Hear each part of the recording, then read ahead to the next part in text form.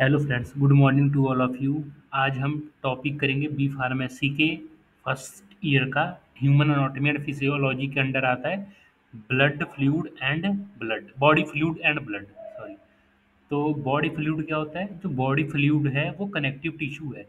Connective tissue जैसे blood हो गया, लिम्फ हो गए, और हमारे फ्लूइड जितने भी हैं वो कनेक्टिव टिश्यू है। जैसे कि हम एक दूसरे से कैसे कनेक्ट हैं, इंटरनेट के थ्रू हमारे फ़ोन कनेक्ट है। उसी तरह जैसे कनेक्शन के लिए वायर वायर की ज़रूरत होती है। इंटरनेट कनेक्शन जो है वो वायरों में से ही होकर जाता है नीचे, ज़मीन के नीचे केबल्स बिछाई गई होती हैं। तो उसी तरह जो हमारा बॉडी है, बॉडी फ्लूइड, वो हमारा कनेक्टिव टिश्यू है कि हार्ट, ब्रेन, स्टमक, लीवर और स्प्लीन सबको जोड़ के रखता है हमारी बॉडी के हर एक टिश्यू को। तो वही जो बॉडी फ्लूइड है एक कनेक्टिव टिश्यू है। It help in the communication between the cell and different part of the body. ये जो हमारा बॉडी फ्लूइड है वो कम्युनिकेशन करता है हमारे दो ऑर्गन्स के बीच, जैसे हमारे सेल और डिफरेंट पार्ट ऑफ बॉडी से वो कम्युनिकेट करता है। It help in the communication between the cell of the different part of body and external environment. ठीक है, जैसे कि नर्व सेल्स हैं, वो हमें बताती हैं कि बाहर गर्मी है कि सर्दी है। ठीक है, उसी तरह से हम सेंस करते हैं, कुछ भी स्मेल करते हैं, तो कम्युनिकेशन का पार्ट ही है एक तरह का। जो बॉडी हमें रिस्पॉन्स के थ्रू बताती है कि एक्सटर्नल इन्वायरमेंट कैसा, डेंजरस इन्वायरमेंट है या रिलैक्स वाला इन्वायरमेंट है, किस टाइप का है। तो वो हम जब टच करते हैं तो हमारे रिसेप्टर जो होते हैं, नर्व रिसेप्टर्स, वो हमें बताते हैं। और जो जो हमारे बॉडी फ्लूइड वगैरह हैं वो हमको ऑर्गन्स को, सेल को एक दूसरे जोड़े रखते हैं। सेल को ब्लड हमारे सेल को ऑक्सीजन प्रोवाइड करता है, जिससे कि वो और एनर्जी बना सकते हैं। माइटोकॉन्ड्रिया थ्रू सेल एनर्जी बनाता है, एनर्जी डीएनए, आरएनए, प्रोटीन ऐसे बनते रहते हैं। तो ये हमारे बॉडी का बहुत बेसिक और इम्पोर्टेंट पार्ट है, जो बॉडी के फ्लूइड और एंड ब्लड्स। तो नेक्स्ट हमारा property and characteristic of blood. तो प्रॉपर्टी और करेक्टर क्या होने चाहिए ब्लड के? तो जो ब्लड की अमाउंट है, amount of blood, blood consist of 7 to 9% of the total body weight.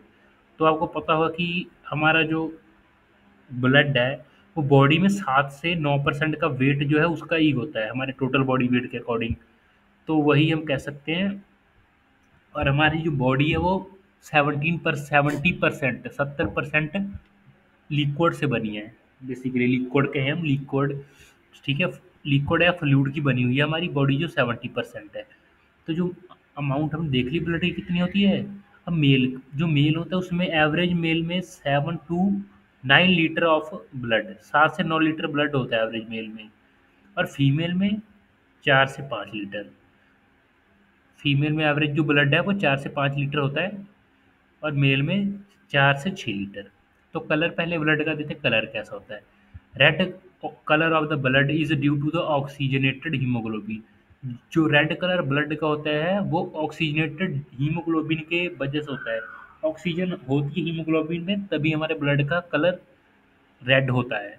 When oxygen is removed when colour appear bluish और डार्क। तो हम जैसे देखते हैं ना आर्टरीज, वीन आर्टरीज का कलर अलग होता है, वीन्स का अलग होता है, ब्लू और रेड। तो वो ब्लू रेड क्या होता है, जो रेड होता है उसमें हमारा ऑक्सीजनेटेड ब्लड होता है, और जो ब्लू होती है उनमें डीऑक्सीजनेटेड ब्लड। तो वही हम कह सकते हैं जो हमारा ब्लड का जो कलर है वो होता है हमारे ऑक्सीजन की वजह से, जो ऑक्सीजन हीमोग्लोबिन में है। ठीक है, व्हेन ऑक्सीजन इज रिमूव्ड, ठीक है, अगर ऑक्सीजन को रिमूव कर दिया जाए तो वो हमारा जो ब्लड है वो डार्किश ब्लू और या डार्कर कलर का दिखने लगेगा। तो बात करते हैं विस्कसिटी की। ब्लड की विस्कसिटी कैसी होती है? Viscosity of blood range between 3.5 to 5.5 as a blood containing RBCs. तो विस्कसिटी है जो ब्लड की वो 3.5 से 5.5 के बीच होती है। It is thicker, heavier and viscous than water. ये ज़्यादा गाढ़ा, ज़्यादा हैवी और ज़्यादा विस्कस होता है as compare to water. Water से ज़्यादा गाढ़ा और हैवियर भी होता है ये। More RBCs of and blood protein higher and viscosity and slower the blood flow blood. जितना ज़्यादा उसमें आरबीसी होंगे, ब्लड के प्रोटीन होंगे, और जितनी ज़्यादा हमारी विस्कसिटी होगी उतना हमारा जो ब्लड का फ्लो है वो स्लो होगा। इसीलिए अगर कई बार ब्लड हमारा ज़्यादा गाढ़ा हो जाता है तो कई बार हार्ट अटैक से पेशेंट की डेथ भी हो सकती है। इसलिए हमारा ब्लड जो है ज़्यादा विस्कस नहीं होना चाहिए, ज़्यादा गाढ़ा नहीं होना चाहिए। नेक्स्ट हमारा स्पेसिफिक ग्रेविटी और डेंसिटी। जो ग्रेविटी और डेंसिटी है ब्लड की, वो 1.045 टू 1.065 के बीच में ही होनी चाहिए, जो उसकी डेंसिटी और ग्रेविटी है। और हम देखते हैं पीएच ब्लड का। जो पीएच ब्लड का होता है वो स्लाइटली अल्काइन होता है, यानी बेसिक होता है ब्लड का पीएच जो होता है बेसिकली अल्काइल, यानी 7.35 से 7.45 होता है पीएच उसका ब्लड का। Arteries blood is more alkaline than venous blood.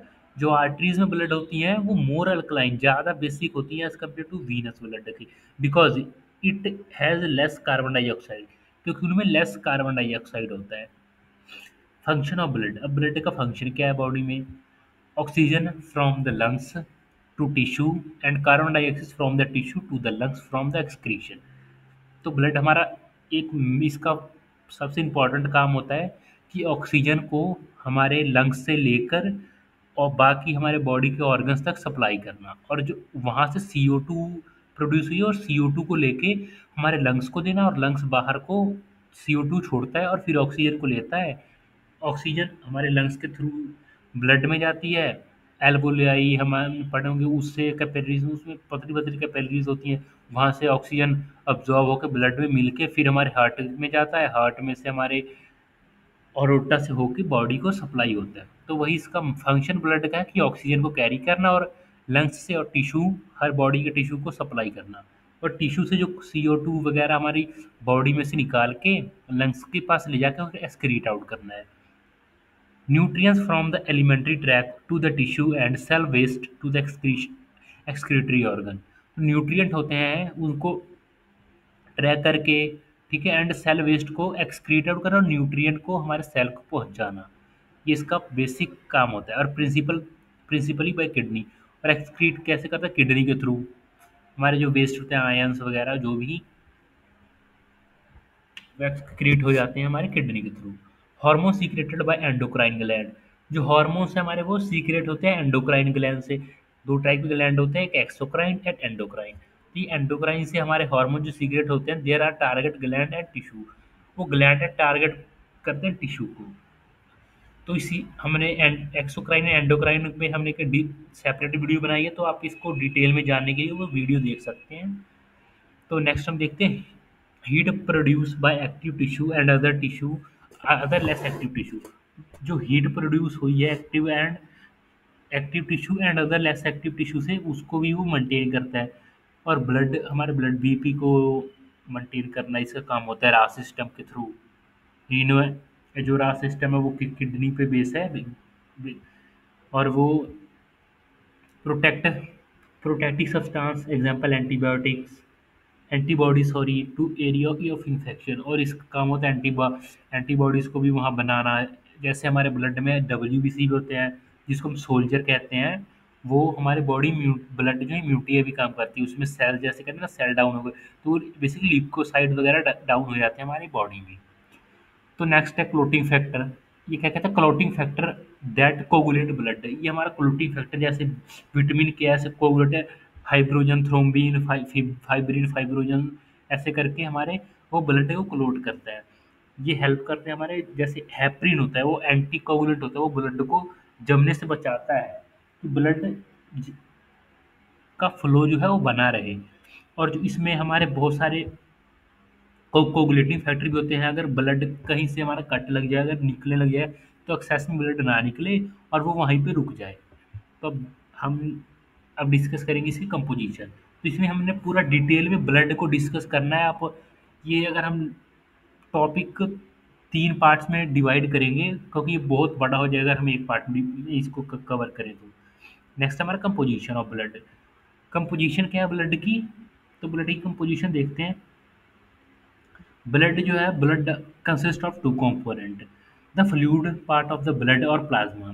Blood में 2 पार्ट से मिलकर बना है, एक तो फ्लूइड पार्ट जो ब्लड का है, और एक प्लाज्मा से। तो प्लाज्मा इसमें 55% प्लाज्मा होता है और 45% हमारा जो एरिथ्रोसाइट्स, जिसको हम हेमोग्लोबिन कहते हैं, ठीक है। तो that that account for about 55% of blood that form element of the blood or the blood cells that consist about of 45% of the total body sorry total volume of blood।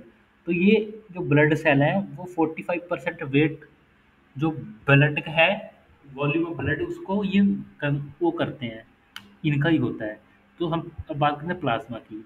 तो plasma क्या है? Plasma is consist of 90 to 92 90 से 92% तक जो plasma है वो water का बना होता है, कंसिस्ट वाटर को कंसिस्ट करता है and dissolve and spend substance including जिसमें सब्सटेंस होते हैं हमारे प्रोटीन, जो प्लाज्मा प्रोटीन्स होते हैं इसके protein albumin albumin globulin fibrinogen clotting factor, ये हमारे प्लाज्मा के प्रोटीन हो गए। और ऑर्गेनिक वेस्ट मटेरियल जो हमारे यूरिया यूरिक एसिड एंड क्रेटानिन, ये हमारे हो गए प्लाज्मा के वेस्ट मटेरियल। और प्लाज्मा प्रोटीन में albumin globulin and fibrinogen clotting factor, ठीक है। उसके बाद हमारे जो आगे बॉडी फ्लूइड में आता है वो है हमारा हार्मोन्स। तो हार्मोन्स क्या है? Hormones from the endocrine gland, enzyme जो है वो सर्टेन क्लोटिंग फैक्टर के काम आती हैं। और गैसेस क्या है? हमारे ऑक्सीजन, कार्बन डाइऑक्साइड और नाइट्रोजन। उसके बाद हमारा आता है प्लाज्मा प्रोटीन। तो प्लाज्मा प्रोटीन होता क्या है? 7% plasma normally retain within the blood. Plasma viscosity is due to the plasma protein mainly albumin and globulin। जो प्लाज्मा की विस्कसिटी है वो मेनली दो प्रोटीन से है, एल्बुलिन और ग्लोबुलिन। ये आपने पढ़ा होगा, जो हमारा एल्बुलिन और ग्लोबुलिन ये हमारे क्लोटिंग फैक्टर में भी काम आते हैं, ठीक है। उसके बाद हमारा इनऑर्गेनिक साल्ट, जो मिनरल साल्ट हैं वो कौन से हैं? Cell formation, contraction of muscle, transmission of nerve impulse, formation of the secretory and maintenance of the balance between acidic and alkaline sodium alkaline, जैसे sodium chloride, sodium bicarbonate, potassium, magnesium, phosphate ions, calcium, copper, iodide, cobalt. तो आप ये देख सकते हैं जो organic minerals है, इसको आप रीड आउट कर लीजिएगा। नेक्स्ट बार न्यूट्रिएंट्स। न्यूट्रिएंट्स कौन से हैं हमारे? Food is digested in the alimentary tract and the result of nutrition is observe. पहले तो न्यूट्रिशन हमारा, जो हम भी फूड जो भी खाते हैं वो पहले तो हमारे स्टमक में जाता है, स्टमक में उसको अच्छे से मिक्स होता है, उसके बाद हमारे स्मॉल इंटेस्टाइन और लार्ज इंटेस्टाइन में अब्जॉर्ब होता है थ्रू विलाय। उसमें क्या होता है? एलिमेंट्री ट्रैक के थ्रू वो अब्जॉर्ब होता है। जो न्यूट्रिएंट अब्जॉर्ब होते हैं वो हमारे ब्लड में ही तो होते हैं, जैसे एग्जांपल हमारे glucose, amino acid, fatty acid, glycerol, vitamin जो भी हैं हमारे, वो इसी में डाई वो अब्जॉर्ब होते हैं। तो वो अब्जॉर्ब कैसे? ब्लड में ही होते हैं। ब्लड उसको हर एक पार्ट अपने बॉडी के सप्लाई करता है जहाँ न्यूट्रिएंट की ज़रूरत होती है। So together with the mineral salt and vitamin, they are used by body cells and provide energy। तो वो बॉडी के सेल को देता है जो भी हमारा न्यूट्रिएंट की कमी जिस बॉडी पार्ट में, और सेल को, और वो जो सेल है वो एनर्जी को प्रोड्यूस करता है। और हीट ही प्रोड्यूस होती है। मटेरियल ऑफ फॉर रिपेयर, जो भी रिपेयरिंग का काम होता है बॉडी में अंदर, तो अपने आप को हील करने का काम वो बॉडी न्यूट्रिएंट्स के थ्रू कर लेती है, ठीक है। And for synthesis of other component of the body secretion, ठीक। नेक्स्ट हमारा गया organic waste product. Organic waste product के अंदर हमारा गया urea, creatinine and uric acid are the waste product of protein metabolism. तो जैसे मेटाबॉलिज्म के थ्रू हमारे वेस्ट भी तो निकलेंगे ना बॉडी में, तो वो वेस्ट हमारे जो है वो ऑर्गेनिक प्रोडक्ट जैसे urea, creatinine and uric acid है, जो कि वेस्ट हमारे कैरिड ब्लड जो कैरी करता है और वो किडनी के थ्रू एक्सक्रीट हो जाते हैं थ्रू यूरिनेशन, और यूरिन के थ्रू हमारे वो किडनी में से एक्सक्रीट आउट हो जाते हैं। नेक्स्ट हमारा गया hormone. These are chemical messengers synthesized by the endocrine gland. Hormones pass directly to the endocrine cell into the blood, which transport them into the target tissue and organ। तो next हमारा आगे gas. Gas क्या है हमारी? Oxygen, carbon dioxide, nitrogen transported around the body dissolve in the plasma, ठीक है। तो जो हमारे ऑक्सीजन, कार्बन डाइऑक्साइड, नाइट्रोजन है वो ट्रांसपोर्टेड होते हैं बॉडी के डिजोल्व होके प्लाज्मा में। Oxygen and carbon dioxide also transport into the combination with haemoglobin.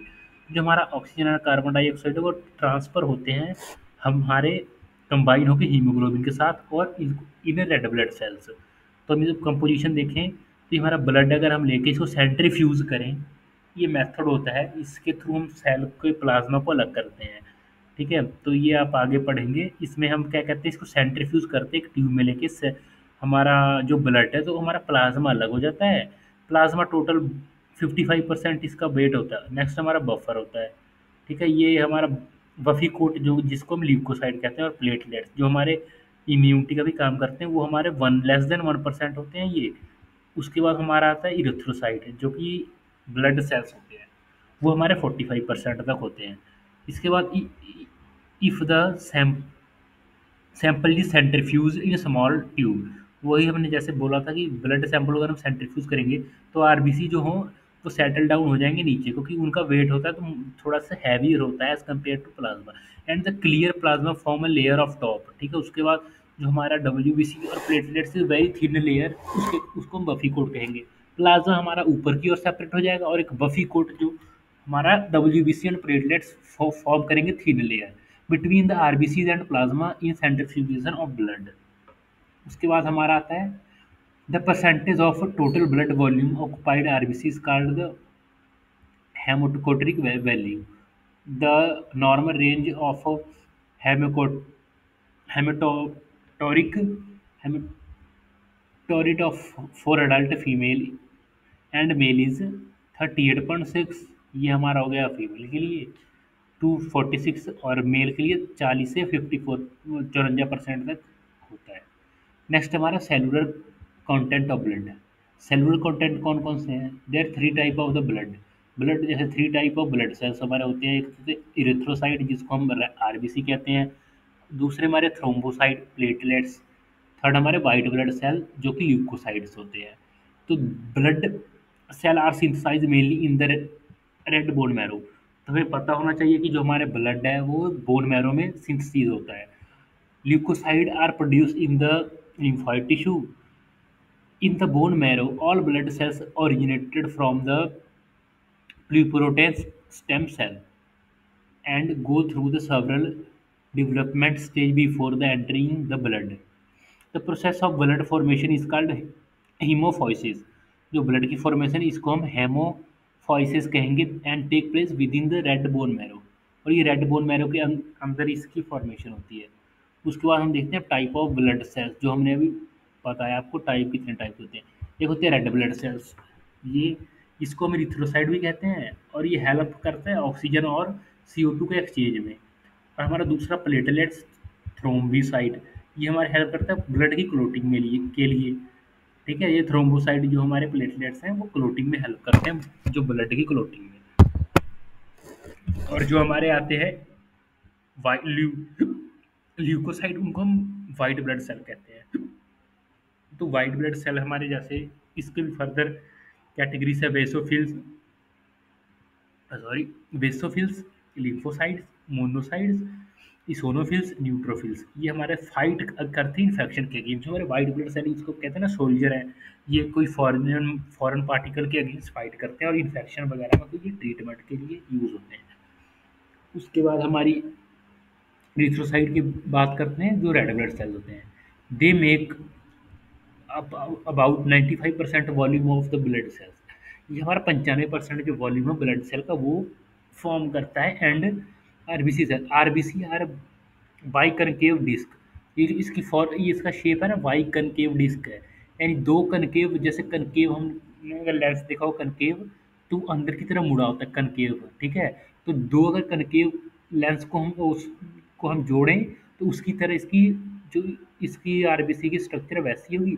And they have no nucleus, और इसमें कोई न्यूक्लियस नहीं होता। And their diameter about 7 micrometre, और इसका डायामीटर है पूरा 7 माइक्रोमीटर, और इसका रेडियस 3.5 होगा। They cell suspended in blood plasma in in masses masses through together, they appear red in colour, ठीक है। और ये रेड कलर के दिखते हैं हमें। The number of RBC different accordingly the age, जो आरबीसी है इनका नंबर एज पे डिपेंड करता है, सेक्स पे, and physiological condition of the body. ये किस हिसाब से कितनी होंगे और कितने अमाउंट में कब होने चाहिए। तो जो हम देख सकते हैं कि आरबीसी की काउंट वो कैसी होगी मेल में और फीमेल में। मेल में हमारा 4.7 नहीं सॉरी 4.5 इंटू 10⁻12, और फीमेल में 3.8 इंटू 10⁻12 इतना होना चाहिए। और मेल की ये रेशियो और ये फीमेल की ये लिमिट है लेस की, इससे कम नहीं होनी चाहिए, और मैक्सिमम इतना। Erythrocyte are produce in liver in fetal life. Erythrocyte जो है लीवर में, फोटल लाइफ इसका मतलब erythrocyte are produce in liver in fetal life after birth. Erythrocyte are formed in red bone marrow which is present in the end of the long bone and in flat irregular bone. ठीक है। इसके बाद हमारा आ गया sternum, skull, ribs and vertebrate. They pass through the several stage of the development. जो हमारी इरिथ्रोसाइड है उसकी जो कुछ स्टेज होती हैं उसको बनने में। ठीक है। The life span in circulation is about 120 days. जो इरिथ्रोसाइड है उनकी जो सर्कुलेशन में, हमारे जो बॉडी सर्कुलेशन में उसका सिर्फ 120 दिन ही रहता है, उसके बाद वो डेड हो जाते हैं। तो इसका हम साइकिल देखेंगे कि कैसे होता है। The process of development of red blood cells from प्लूमेंट pluripotent stem cell take about 7 days and called as erythropoiesis. हमने बताया था पहले कि आपको सेल की जो साइ बनने की प्रोसेस है उसको हम इरिथ्रोफोसाइसिस कहते हैं। In the red bone marrow the original cell from which the RBC is developed called megakaryocytes. They are a large cell with large nucleus of cytoplasm containing granules. The development changes occur in megakaryote in the presence of iron and vitamin B12 forming erythrocyte।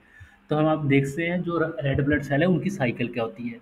तो RBC पहले bone marrow में ये बनेंगे और red blood cells हमारे, उसके बाद ये सर्कुलेशन में आएंगे बॉडी में। 120 दिन तक इसकी सर्कुलेशन होगी बॉडी में। उसके बाद क्या होगा, स्प्लीन एंड लीवर में उसकी फेगोसाइटोसिस हो जाएगी।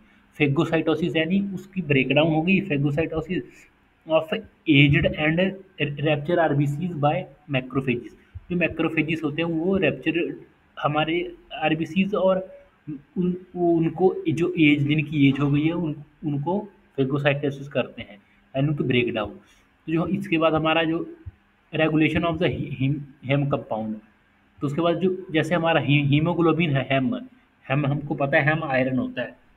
तो ये जो हमारा रेगुलेशन होता है हेम, जो आयरन होता है वो बॉडी फिर रेगुलेट होने के लिए चला जाता है। तो इसको हम डिवाइड करते हैं हीमोग्लोबिन को दो, एक तो हेम पार्ट में, एक नॉन हेम पार्ट। जो नॉन हेम पार्ट है उसको उसको हम बात करेंगे और इधर हेम पार्ट की बात करेंगे। तो हेम पार्ट में हमारा आया था Fe3 positive ions move across the body by binding to the transferrin. ये मूव कर जाता है बॉडी में, बाइंडिंग होकर ट्रांसफेरिन से store in the liver by binding of the ferritin. और ये लीवर में स्टोर हो जाता है। इसके बाद ये रिलीज हो जाता है फेरेटिन के थ्रू एंड एंड र्यूटिनिन with the transferrin up to gastrointestinal absorption reach into red bone marrow take up by the erythrocyte by erythrocytosis. फिर वो हमारे ब्लड के सिंथेसिस में काम आता है और उसकी सिंथेसिस हो जाती है हमारी बॉडी में। ठीक है। तो उसके बाद हमारा breakdown of the globulin into the amino acid. और जो ग्लोबुलिन है उसकी ब्रेकडाउन हो जाती है अमाइनो एसिड में and refuse the heme compound and synthesis new RBC. फिर न्यू आरबीसी बनता है 120 दिन बाद। उसके बाद हमारा हीमोग्लोबिन है और बाकी का हम नेक्स्ट वीडियो में डिस्कस करेंगे। अभी के लिए इतना ही, क्योंकि इसमें बहुत सारा टॉपिक पड़ा है, आप देख सकते हैं कितना सारा है, बहुत है। तो इतना हम कर नहीं पाएंगे, तो अभी के लिए इतना ही। Thank you for watching this video. Like share and subscribe to our channel Choice Pharma. Thank you for watching.